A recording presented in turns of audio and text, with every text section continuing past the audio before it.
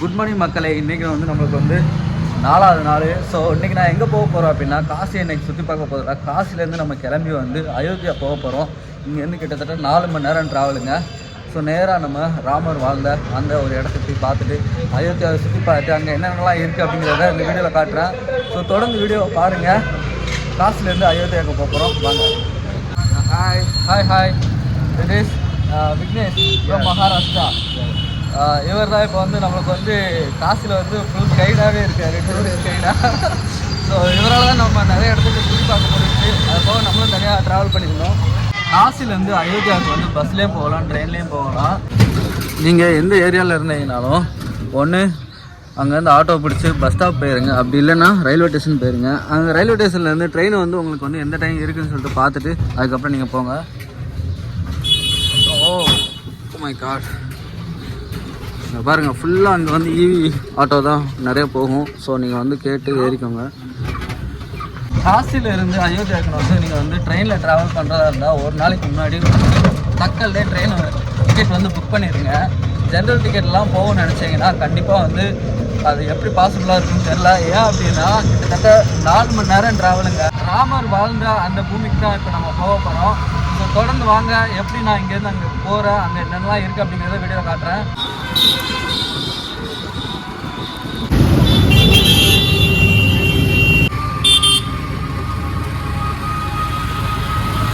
காசி வந்து 4வது நாளுங்க. இன்றைக்கி தான் காசியில் வந்து பஸ்ஸே நான் பார்க்குறேன். ஏன்னா ஃபுல்லாகவே ஆட்டோ தான் ஃபுல்லாக. இங்கே எல்லாமே ஹிந்தியில் தான் இருக்குது. அதனால் நீங்கள் வந்து கேட்டே தான் பஸ் ஏறணும். நம்ம இப்போ வந்து ஆப்போசிட்டில் வந்து ரயில்வே ஸ்டேஷன் இருக்குது. அதுக்கு இந்த சைடு தான் நம்ம வந்து பஸ் ஸ்டாப் இருக்குது. இல்லை நீங்கள் வந்து அயோத்தியாவுக்கு போகிற பஸ் இருக்கான்னு கேளுங்க. கேட்டுட்டு அதுக்கப்புறம் ஏறுங்க. ஃபஸ்ட்டு பஸ் ஸ்டாப்லேயே ஹோட்டல் ஒன்று இருக்குங்க. அதனால் அங்கே சாப்பிட்டுட்டு அதுக்கப்புறம் அப்படியே கிளம்ப வேண்டியதான். அங்கே பாருங்கள் சமோசா பாருங்கள் இப்படி வச்சுருக்காங்கட்டு. சாப்பிட்டுட்டு நம்ம அப்படியே கிளம்புவோம். பையா வந்து சமோசா வாங்கிட்டாரு. மோஸ்ட்லி வந்து சமோசா தாங்க சாப்பிட்றான். கச்சோரி கேட்டோம், கச்சோரி இல்லை இங்கே. நான் வந்து ரொட்டி வந்து ஆர்டர் பண்ணியிருக்கேன். இங்கே பாருங்கள். ஸோ நார்த் இந்தியா வந்து ரொட்டி சாப்பிட்லன்னா எப்படிங்க, 4 பீஸ் இருக்குது. அப்புறம் சப்ஜி, அப்புறம் இந்த ஆனியன், அப்புறம் வந்து பிக்கல். ஸோ சாப்பிட்டுட்டு எப்படி டேஸ்ட் எப்படின்னு சொல்கிறேன்.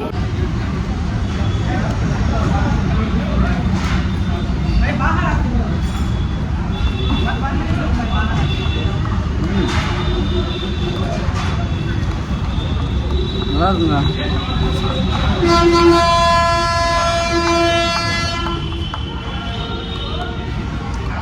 சூப்பராக இருக்குங்க. இந்த ரொட்டி வந்து அவ்வளோ சாஃப்டாக இருக்குங்க. பார்க்கறதா இவ்வளோ தின்னாக இருக்குது. பட் இங்கே பாருங்கள் சாஃப்டாக இருக்குது. ஆனியனு அப்புறம் ஊறுகாய் இதெல்லாம் வச்சு சாப்பிடும்போது சூப்பர் டேஸ்ட்டாக இருக்குங்க. நல்லாயிருக்கு. இங்கே இந்த பிளேட்லாம் பாருங்கள். நம்ம ஊரில் உப்பு அதெல்லாம் வச்சுருப்பாங்களா, இங்கே வந்து சில்லி வச்சுருக்காங்க காரத்துக்கு ஏற்ற மாதிரி. அது போக இந்த சப்ஜிலாம் பாருங்களேன். இதில் வந்து கீரைலாம் போட்டிருக்காங்க. நானும் நிறைய கடையில் சாப்பிட்டேன். சாப்பிடும் போதெல்லாம் அந்த சப்ஜியில் வந்து கீரை வந்து நிறையா இருக்குது. கீரையும் உங்கள் ஃபுட்டில் வந்து ஈஸியாக வந்து ஆட் பண்ணுறாங்க. இங்கே மோஸ்ட்லியாக வந்து எல்லாருமே காலையில் சமோசா தாங்க சாப்பிட்றாங்க. சமோசாவை சாப்பிட்டு அவங்களோட பிரேக்ஃபாஸ்ட்டை முடிச்சுட்டு அப்படியே கிளம்பிடுறாங்க. இப்போ நம்ம இங்கேருந்து 4 மணி நேரம் ட்ராவல் பண்ணணும் பஸ்ஸில். வெயில் வேறு செம்மையாக கொளுத்துது. என்ன பண்ண போகிறோன்னே தெரிலங்க. பார்ப்போம். வடக்கு சைடு வந்து இதெல்லாம் என்ஜாய் பண்ணி தான் ஆகணும். ஸோ நம்ம அயோத்தியா பஸ்ஸே இருக்குது. அதுக்கப்புறம் நான் வந்து கண்டினியூ பண்ணுறேன். வாங்க. நீங்கள் நார்த்து சைடு வந்தீங்க அப்படின்னா உங்களுக்கு வந்து ஹிந்தி எழுத படிக்க தெரியாது அப்படின்னா ஒன்று யார்கிட்டனாலும் கேளுங்க, அவங்க வந்து ஹெல்ப் பண்ணுவாங்க. அப்படி இல்லை அப்படின்னா இங்கே உள்ள இந்த பேரெல்லாம் இருக்குல்ல, இதெல்லாம் ஃபோட்டோ எடுத்து கூகுளில் வந்து டிரான்ஸ்லேட்டர் இருக்கும். ஸோ டிரான்ஸ்லேட்டில் போட்டிங்கன்னா அழகாக உங்களுக்கு வந்து தமிழில் பேர் காட்டிடும். ஸோ ஈஸியாக நீங்கள் வந்து ட்ராவல் பண்ணலாம். இதுதாங்க பஸ் ஸ்டாண்டு. இப்படி தான் இருக்குது.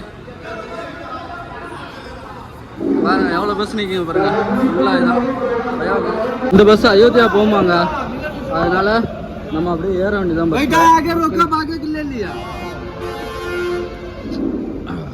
ஒரே ஒரு வழி தாங்க இருக்குது. முன்னாடி மட்டும் ஏறாது.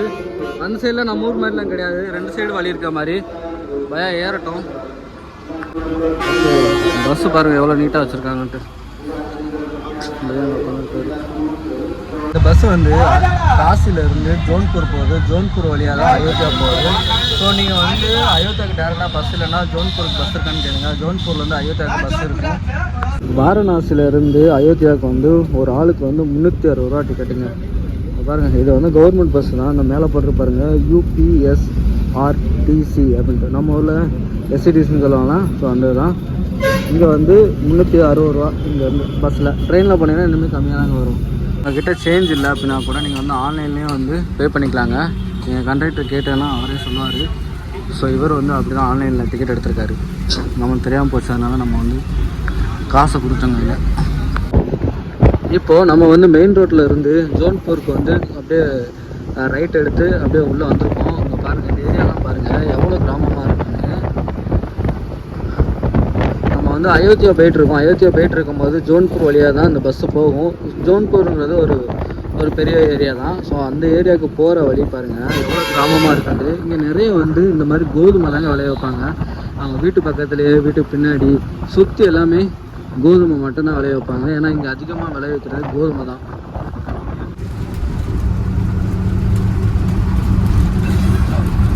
பாருங்க, தண்ணி பாட்டில் ஒன்று வாங்கியிருக்கோம், 1 லிட்டர் பாட்டில். இங்கெல்லாம் வந்து பஸ் ஸ்டாப்பில் வந்து கூலிங்காகவே வாட்டர் வந்து கொடுக்குறாங்க. 20 ரூபா தான் அங்கே பாட்டில். இங்கே பாருங்கள். ஸோ நம்ம ஊர்லலாம் அந்த மாதிரி வியாபாரம் பார்க்குறவங்க எப்படி இருப்பாங்க, இந்த ஊரில் எல்லாருமே டீசெண்டாக தாங்க வியாபாரம் பார்க்காங்க. ரயில்வே கேட்டை கிராஸ் பண்ணதும் பாருங்க, டிராஃபிக் பயங்கர டிராஃபிக்காக இருக்குங்க. நம்ம வந்து ஜோன்பூருக்குள்ள வந்துட்டோம்னு நினைக்கிறேன்.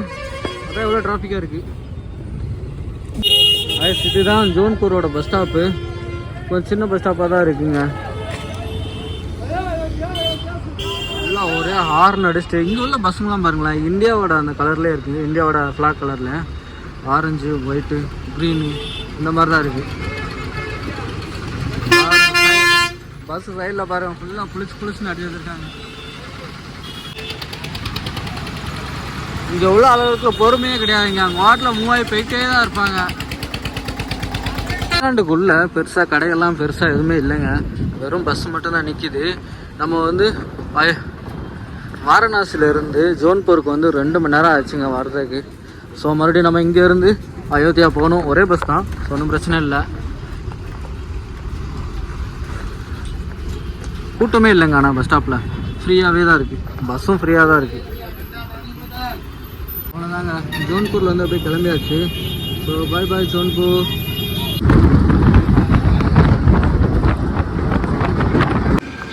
இந்த போர்டில் போட்டிருக்கு பாருங்க, லக்னோ வந்து 195, டெல்லி வந்து 690 கிலோமீட்டர். ஸோ லக்னோவும் இந்த யூபியில் தான் இருக்குது. லக்னோ ஒரு மெயின் சிட்டிங்க யூபியில். நம்ம ஊர்லலாம் கொஞ்சமாக இடம் கிடந்தா கூட ஃப்ளாட்டு போட்டு விற்றுருவாங்க. அண்டு வந்து அந்தளவுக்கு விவசாயமும் பண்ண மாட்டாங்க. ஆனால் இந்த நான் பார்த்த வரைக்கும் எல்லா வீட்லேயும் சுற்றி எங்கெங்கெல்லாம் இடம் இருக்கும் அங்கெங்கெல்லாம் விவசாயம் தாங்க பண்ணுறாங்க. ஏன்னா அந்தளவுக்கு இங்கே வந்து கோதுமையை வந்து அவங்க வந்து விளைவிக்கிறாங்க. பாருங்கள், இந்த மாதிரி தாங்க இருக்குது ஊரெல்லாம். பெருசாக யாருமே வந்து அந்தளவுக்கு வீட்டுக்கு வந்து இம்பார்ட்டன்ட் கொடுக்க மாட்டேங்கிறாங்க. சும்மா கெட்டி வச்சுருந்தாங்க, பூசை கூட செய்ய மாட்டேங்கிறாங்க அப்படின்னு. விவசாயம் தான் மெயினாக அவங்களோட இது. நம்ம ஊர்லலாம் லாங் ட்ராவல்லாம் பஸ்ஸில் போனோம் அப்படின்னா இடையில எங்கேயாவது மோட்டரில் நிப்பாட்டுவாங்களா, அதே மாதிரி இந்த சைடும் நிப்பாட்டிருக்காங்க. ஒரு சின்ன ஒரு தாபா செட்டு மாதிரி இருக்குது அந்த இடத்துல. மெயின் ரோட்டில் வந்து கொஞ்சம் தான்.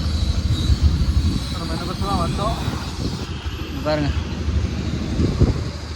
நம்ம வந்து காலையில் வந்து 10:30க்கு பஸ் ஏறணுங்க. இப்போ மணி வந்து 2:30. இன்னும் நம்ம வந்து போய் சேர வேண்டிய இடம் தூரம் தான். போவோம் வாங்க. தாபா செட்டப்பில் ஒரு ஹோட்டல் ஒன்று இருக்குது. நம்ம போயிட்டு எப்படி இருக்குன்னு சொல்லிட்டு சாப்பிட்டு சொல்கிறேன். பசி ஒன்றும் எடுக்கல பெருசாக, ஏன்னா இடையில லைட்டாக அங்கங்கே சாப்பிட்டு அப்படியே வந்தோம். ஸ்நாக்ஸ் அதுமா உள்ளே போயிட்டு வரும். இது தாங்க கோதுமை. எப்படி இருக்குது பாருங்கள் அழகா. நீங்கள் பாருங்கள், எல்லாமே வந்து ஹிந்திலேயே போட்டிருக்கு. என்னன்னே தெரில, ஏதாவது சொல்லி சாப்பிடுவோம். தாலி மாதிரி ஏதாவது இருந்துச்சுன்னா வாங்கி ட்ரை பண்ணி பார்க்கலாம். இங்கிலீஷில் இருக்கா? இங்கிலீஷில் எதுவுமே இல்லைங்க.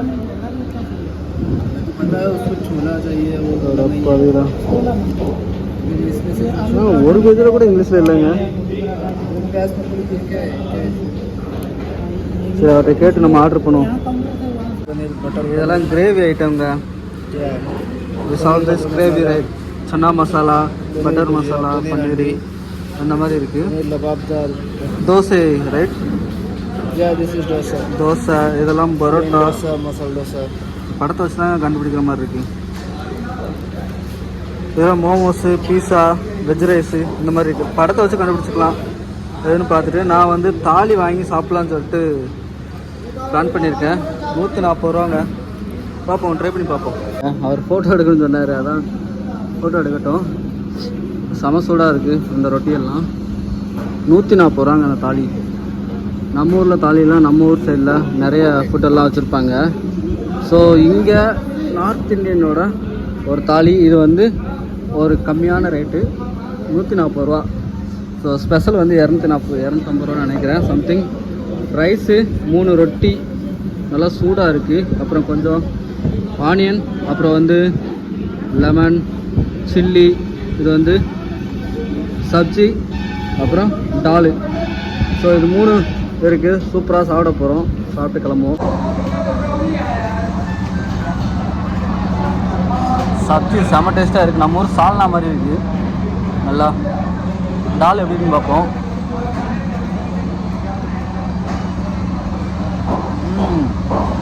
டேஸ்ட்டு டிஃப்ரெண்ட்டாக தான் இருக்குது, பட் சாப்பிட்றதுக்கு நல்லா இருக்குது. ரைஸ் பாருங்கள், சேமியா மாதிரி இருக்குது. நல்லாவே வந்திருக்குங்க. ஓகே, சப்பாத்தி எப்படின்னு சொல்லிட்டு சொல்கிறேன். ஆக்சுவலாக சப்பாத்தி கிடையாது, இது பேர் ரொட்டி.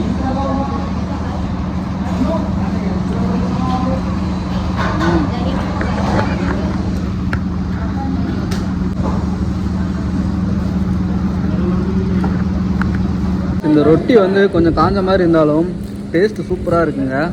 இந்த ரொட்டியும் இந்த சப்ஜி வச்சு சேர்த்து சாப்பிடும் போது டேஸ்ட்டு வேறு மாதிரி இருக்குது. அந்த ரைஸு டாலு அடிச்சுக்கவே முடியாது. சூப்பரான ஒரு டேஸ்ட் இருக்குது. சட்னி, இது வந்து பக்கோடா. நான் வந்து தாலி வாங்கியிருக்கேன். பையா வந்து ஆனியன் பக்கோடா வாங்கியிருக்காரு. பக்கோடா இந்த மாதிரி நிறையா வச்சு கொடுத்துருக்காங்க. சாப்பிடட்டும், சாப்பிட்டு கேட்டு சொல்லுவோம். ரைஸு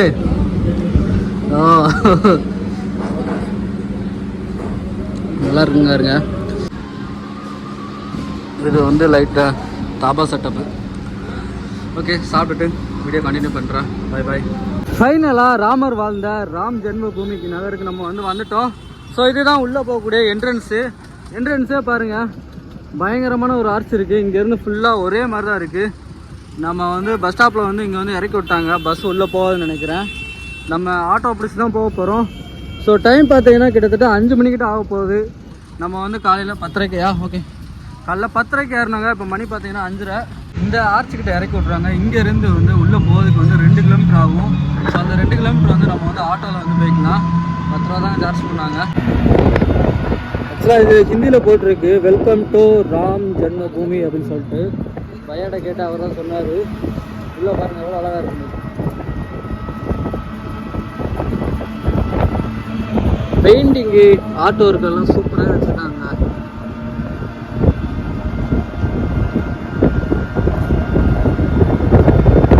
போகிற வழியில் இந்த சைடில் பார்த்தீங்கன்னா ஃபுல்லாகவே ஆர்ட் ஒர்க்கில் ஒவ்வொரு ஸ்டோரியாக வச்சு அப்படியே போட்டிருக்காங்க. ஃபுல்லாக வந்து ஸ்டாச்சு மாதிரி ரெடி பண்ணிட்டுருக்காங்க.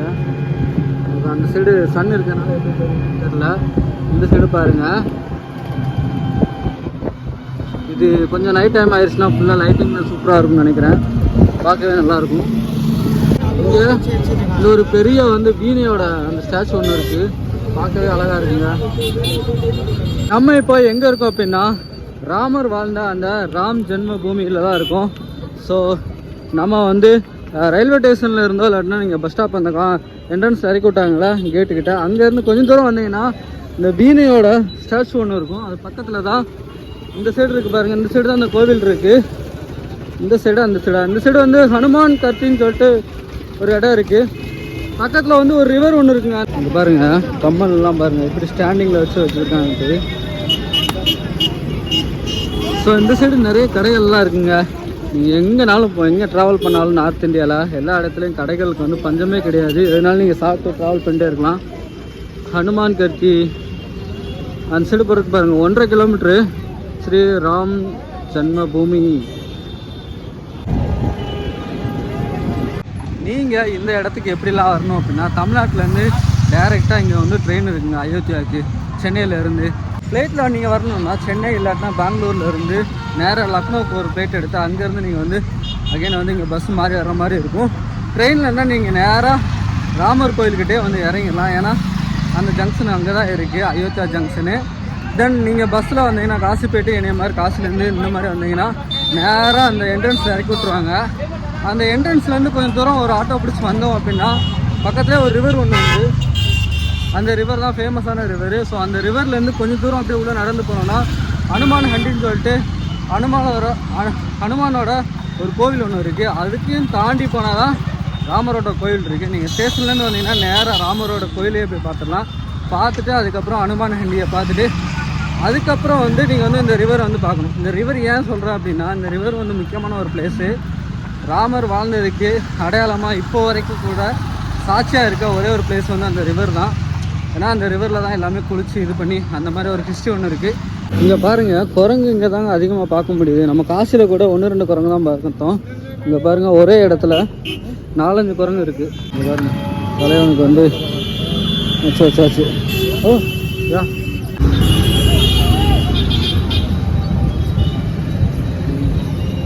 காசிலையும் சரி இந்த மாதிரி கோவில்லையும் சரி நிறைய இடத்துல இந்த மாதிரி நிற்பாங்க. 10 ரூபா கொடுத்தா போதும் உங்களுக்கு வந்து இந்த மாதிரி திருநீரோ இந்த குங்குமமோ போட்டு பூசி வச்சுட்றாங்க. அது ஒரு வைப்பாக இருக்குங்க. வந்தீங்கன்னா கண்டிப்பாக ட்ரை பண்ணுங்கள். அவங்களுக்கும் கொஞ்சம் உதவி பண்ண மாதிரி இருக்கும். அதுக்காக தான் வாங்க நம்ம இந்த ராமர் பாதையிலே போவோம். இந்த வழியாக தான் நம்ம வந்து ஹனுமான் கட்டிக்கு போகணும். பையா இதர் சைடு ஃபஸ்ட்டு வந்து ஹனுமான் கட்டிக்கு போயிட்டு அதுக்கப்புறம் அங்கே போகலான்ட்டு இருந்தாங்க. அதுக்கப்புறம் இவர் இல்லை டைம் ஆயிடுச்சு, ஃபஸ்ட்டு வந்து ராமர் கோயிலுக்கு போயிட்டு அதுக்கப்புறம் வந்து பார்க்கலாம்னு சொல்லிட்டாரு. ஏன்னா அங்கே போனாலும் கூட்டமாக தான் இருக்கும், அங்கே போனாலும் கூட்டமாக தாங்க இருக்கும். ஸோ இப்போ டைம் வந்து 5:30 கிட்ட ஆயிடுச்சு. முன்னாடி போயிட்டு அதுக்கப்புறம் நம்ம வந்து ரிட்டர்ன் வரும்போது இதை பார்ப்போம்.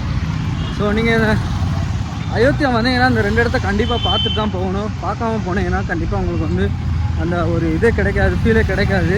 ராமர் கோவிலுக்கு போகிற வழி இதுதான் என்ட்ரன்ஸே பாருங்கள் எவ்வளோ கூட்டமாக இருக்குன்னு இந்த சைடு. ஸோ இப்போ ஈவினிங் டைமு நம்ம வந்து கிராஸ் பண்ணி அந்த சைடு போகணும். பேரிகேட்லாம் போட்டு வச்சுருக்காங்க. ராமர் வாழ்ந்த அந்த இடத்துக்கு தான் இப்போ நான் போயிட்டுருக்கேன். என்னோட சேர்ந்து நீங்களும் அப்படியே கூட வாங்க. இங்கே எந்த அளவுக்கு வந்து மொபைல் அலௌடுன்னு தெரில. ஸோ முடிஞ்ச வரைக்கும் எந்த அளவுக்கு எடுக்க முடியுமோ அந்தளவுக்கு நான் எடுத்து காட்டுறேன். எப்படியும் கோயிலுக்குள்ளே அலௌடு கிடையாது, அதனால் முடிஞ்ச வரைக்கும் வெளியிலலாம் நான் எடுத்து காட்டுறேன். இங்கே வந்து வீல் சேரில் போவாங்களா, ஸோ கொஞ்சம் வயசானவங்களாம் வீல் சேரில் போகிறதுக்காக இங்கே பாருங்கள் எவ்வளோ கூட்டம் இருக்குன்னு. வீல் சேர் பை பண்ணி நம்ம வாங்கிட்டு போய்க்கலாம். இங்கே பார்த்தீங்கன்னா இங்கேருந்து ஃபுல்லாக நேராக உள்ளே போகிற வரைக்கும் இந்த மாதிரி சைடில் வந்து இந்த லைன் வந்து போட்டிருக்காங்க. ஏன்னா கூட்டமாக போனால் நெரிசல் ஆயிருன்னு சொல்லிட்டு சைட் தேங்க்யூ. ஸோ இந்த மாதிரி போட்டு வச்சுருக்காங்க. ஈவினிங் டைம் சன் செட் ஆகும்போது பார்க்கோட அழகே வேறு மாதிரி இருக்கும். இங்கே பாருங்கள் எவ்வளோ குரங்குலாம் அப்படியே ஃபுல்லாக ஜாலியாக என்ஜாய் பண்ணிகிட்ருக்குன்னு. ஓ இங்கே பாருங்கள், ஓ மை காட். ஒரு செக்யூரிட்டி செக்கிங் ஒன்று நடக்குங்க. ஃபுல்லாக செக் பண்ணிட்டு தான் உள்ளே அலோவ் பண்ணாங்கன்னு நினைக்கிறேன். பேக் மட்டும்தாங்க இங்கே செக் பண்ணாங்க. உள்ளே வந்தாச்சு. உள்ளே வந்ததுமே ரொம்ப பெரிய ஸ்பேஸியாக இருக்குது. அண்டு என்ட்ரன்ஸ் வந்து எந்த சைடுன்னு எனக்கு இப்போ வரைக்கும் தெரில. முன்னாடி தான் போகணும்னு நினைக்கிறேன். கூட்டம் பயங்கரமாக இருக்குது. இங்கே பாருங்கள், நம்ம கரெக்டாக ஈவினிங் சன் செட் ஆகிற டைம் வந்திருக்கோம். உள்ளே வந்ததுமே இங்கே வந்து லாக்கர் இருக்குது. இங்கே வந்து பேக்கு செப்பல் எல்லாமே வச்சுட்டு இங்கே தான் போகணும் நம்ம. அருமையான ஒரு சன்செட் டைம். இங்கே உள்ளே பார்த்தீங்கன்னா மெயின்டெனன்ஸ் ஒர்க் நடந்துகிட்ருக்கு. ஓகே உள்ளே பார்த்தீங்கன்னா மெயின்டெனன்ஸ் ஒர்க் நடந்துகிட்ருக்கு. மேலே வந்து ஒர்க் நடந்துகிட்ருக்கு. புகையை பாருங்கள் எந்தளவுக்கு வந்துட்டுருக்குன்னு. ஓகே, இப்போ நாம் வந்து மொபைல் எல்லாம் வச்சுட்டு போய் சாமி போய் கும்பிட்டு வருவாங்க. சாமி கும்பிட்டு வெளில வந்தாச்சுங்க. வெளில வந்ததுமே இங்கே லைட்டாக ஃபோட்டோ எடுக்கிறதுக்காக இந்த மாதிரி ஒரு செட்டப் வச்சுருக்காங்க. சும்மா இருக்கிறவங்களாம் இதில் தான் ஃபோட்டோ எடுத்துகிட்டு இருக்காங்க. செக்யூரிட்டி வந்து பயங்கர செக்யூரிட்டிங்க. ஆனால் எல்லாம் எத்தனை செக்யூரிட்டி, கிட்டத்தட்ட 4-5 செக்யூரிட்டி கிராஸ் பண்ணி தான் போகிற மாதிரி இருக்குங்க. செக்யூரிட்டி செக் பண்ணி.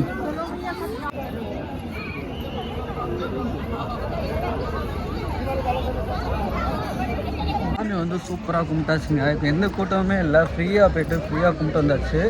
அண்ட் வந்து சாமியோட அந்த ஃபுல் வடிவமே எல்லா இடத்துலேருந்தும் பார்க்குற மாதிரி அழகாக வச்சுருந்தாங்க. ஸோ எல்லாத்துக்குமே நல்லாவே தெரிகிற மாதிரி இருந்தது. சூப்பராக இருந்துச்சுங்க. பார்க்கும் போது வேறு மாதிரி ஒரு ஃபீல் இருந்தது.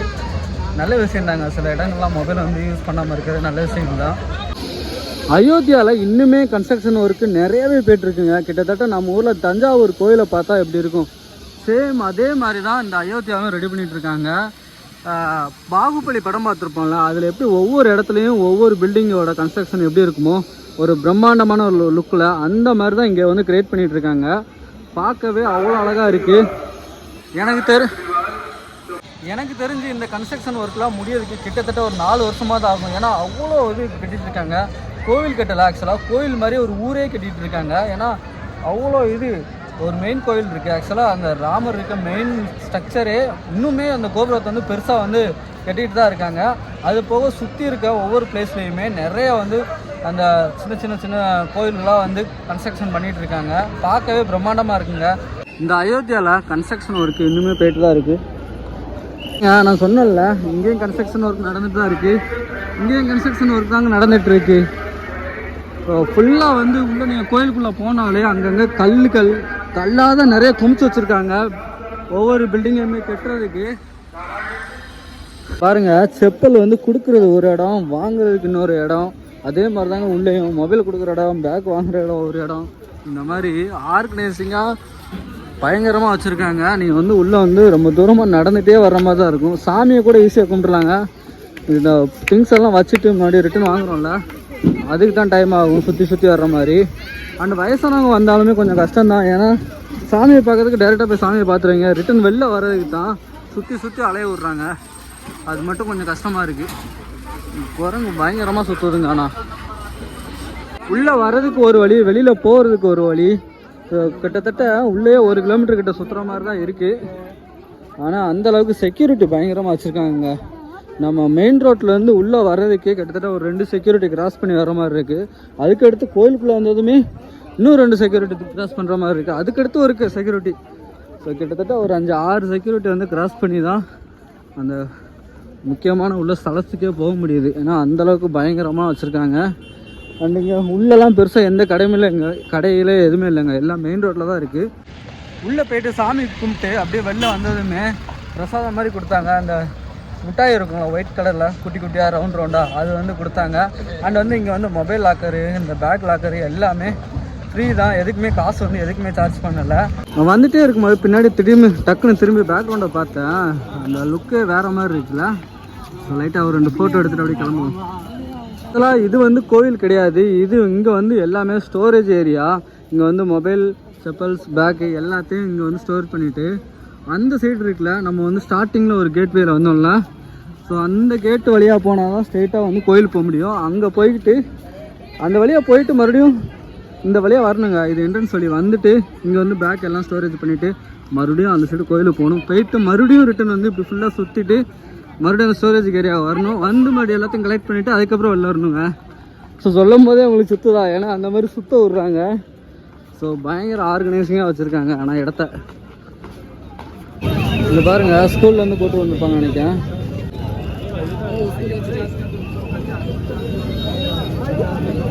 ஸோ நம்ம வெளில வந்தாச்சு. வெளில வந்ததுமே பாருங்கள் எவ்வளோ ஹாப்பியாக இருக்குது.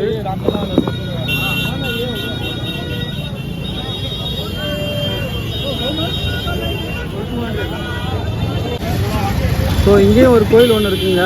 ஸோ ஆல்ரெடி டைம் ஆகிடுச்சு, அதனால் நாங்கள் நேராக வந்து அனுமான ஹண்டிக்கு தான் போக போகிறோம். அங்கே போயிட்டு ரிவர் பார்த்துட்டு அதுக்கப்புறம் ரிட்டன் நம்ம வந்து பஸ்ஸு பிடிச்சி கிளம்பி போகணும். ஐ திங்க் நாளைக்கு காலையில் தான் போய் சேருவோம்னு நினைக்கிறேன் காசிக்கு. ஸோ வந்து உள்ளே வந்து இப்படி தாங்க இருக்குது, இதுதான் ஸ்ட்ரக்சரு. வெளியில் வந்ததுமே நிறைய இந்த மாதிரி கடைகள் இருக்கும். இங்கே வந்து நீங்கள் வந்து உங்களுக்கு தேவையானதை வந்து நீங்கள் வந்து வாங்கிக்கலாம். ஒவ்வொன்றும் அழகாக இருக்குது. ஸோ நிறைய கீச்செயினு, நிறைய சிலைகள், அப்புறம் அந்த மாதிரிலாம் வச்சுருக்காங்க.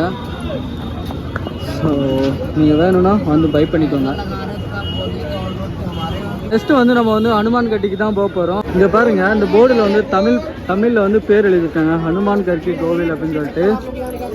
ஸோ இங்கே பக்கத்தில் வந்து இன்னொரு இது இருக்குது, இந்த கோபுரம் மாதிரி நல்லா இருக்குல்ல. ஸோ எல்லா இடத்துலையும் இந்த மாதிரி தாங்க வச்சுருக்காங்க. வெயிட் சென்டரில் போய் காட்டுதான் பாருங்க. இது தாங்க ஹனுமான் கட்டி. அதாவது இது வந்து ஹனுமான் வந்து வாழ்ந்த இடம். அதனால் இந்த இடத்த வந்து இங்கே வந்து பயங்கரமாக ரெடி பண்ணி வச்சுருக்குறாங்க. ஸோ ராமருக்கு அப்புறமா அவர் வந்து ஆட்சி செய்யறதுக்காக ஹனுமானுக்கு வந்து கொடுத்த இடம் தான் இந்த இடம். இங்கே இருந்து தான் ஹனுமான் வந்து ஆட்சி செஞ்சதாக வந்து ஒரு வரலாறு இருக்குது.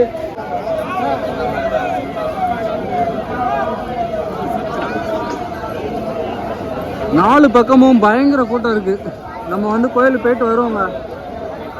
இங்கே பாருங்க, செப்பல் மட்டும் தான் இங்கே வந்து வெளில விட்டு போனோம். ஃபோனை வந்து அலோடு தாங்க, அதனால் பிரச்சனை இல்லை.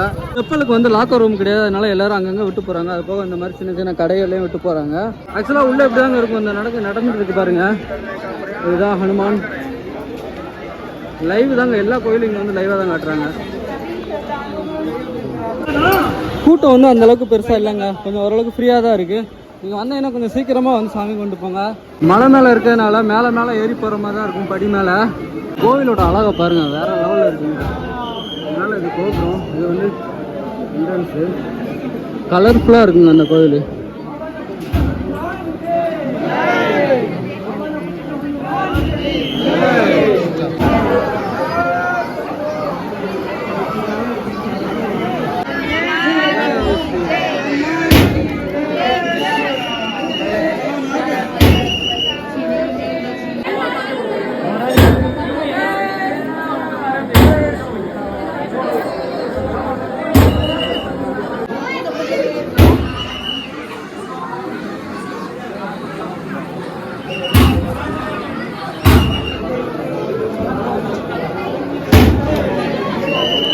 இவ்வளோ தூரம் ட்ராவல் பண்ணி வந்ததுக்கு அருமையான ஒரு சாமி தரிசனம் கிடச்சிருச்சு. ஸோ நீங்களும் நல்லா பார்த்துருப்பேன்னு நான் நினைக்கிறேன். ஸோ எனக்கு ரொம்ப ஹாப்பி. இந்த சேனலை பார்த்துருக்க உங்களுக்கும் ரொம்ப ரொம்ப நன்றி. ஸோ உங்களுக்கு ஒரு நல்ல ஒரு தரிசனம் கிடச்சிருக்கும், அனுமானோட தரிசனம். வெளியில் வந்ததுமே நிறைய திருநங்கைகள்லாம் இருக்காங்க. அவங்க வந்து பிளெஸ்ஸிங் பண்ணுறாங்க சம்திங். இது மலை மேலே இருக்கிறதுனால மேலேருந்து பார்த்தா சிட்டியோட லுக்கு தெரிஞ்சு. நான் வந்து அருமையாக சாமியை கும்பிட்டேன். நீங்களும் அருமையாக சாமியை பார்த்துருப்பேன்னு நினைக்கிறேன். ஸோ அப்படி நீங்கள் உங்களுக்கு ரொம்ப பிடிச்சிருந்துச்சு அப்படின்னா மறக்காமல் கமெண்ட்டில் சொல்லுங்கள். அண்ட் உங்களுக்கு ஹனுமான் வந்து ரொம்ப பிடிக்கும் அப்படின்னாலும் கமெண்ட்டில் சொல்லுங்கள்.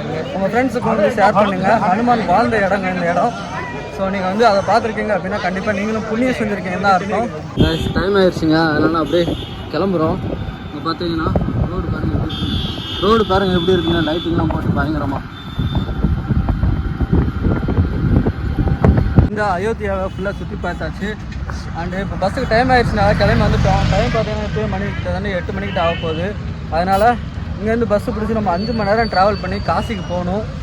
ஸோ எனக்கு தெரிஞ்சு ரிட்டன் போகிறதுக்கு கிட்டத்தட்ட ஒரு 2லேருந்து 3 மணிக்கிட்ட ஆயிரும்னு நினைக்கிறேன். பார்ப்போம் நைட்டு எந்த அளவுக்கு. வந்ததுமே ஒரு பஸ் இருந்துச்சு, பனாரஸ் அப்படி இல்லைன்னா காசி அப்படின்னு சொல்லிட்டு கேளுங்க, பஸ்ஸு சொல்லுவாங்க. நீங்கள் யாருனாலும் இங்கே கேளுங்க, இங்கே இருக்க கடைக்காரன்ட்டா யார்கிட்ட கேட்டாலும் அவங்க வந்து சொல்லிடுவாங்க. கரெக்டாக பஸ்ஸு பார்த்து ஏற்றி விட்ருவாங்க. அவ்வளோதான், கிளம்ப வேண்டியதான். டைம் பார்த்தீங்கன்னா 3 மணிங்க, காலையில் 3 மணி ஆயிடுச்சு. ஸோ ஃபைனலாக நம்ம வந்து ரூமுக்கு வந்துட்டோம். ஸோ செம ட்ராவலு பயங்கரமாக இருந்துச்சு. ஸோ நான் உங்களை அடுத்த ஒரு வீடியோ சந்திக்கிறேன். அண்டு நாளைக்கா தூங்கிட்டு எப்போ எந்திக்கணும் அதுக்கப்புறம் தாங்க vlog ஸ்டார்ட் பண்ண போகிறேன். Yeah okay, bye. அண்டு பிடிச்சிருந்தா சப்ஸ்கிரைப் பண்ணுங்கள். நான் உங்களை அடுத்த ஒரு வீடியோ சந்திக்கிறேன். பாய்.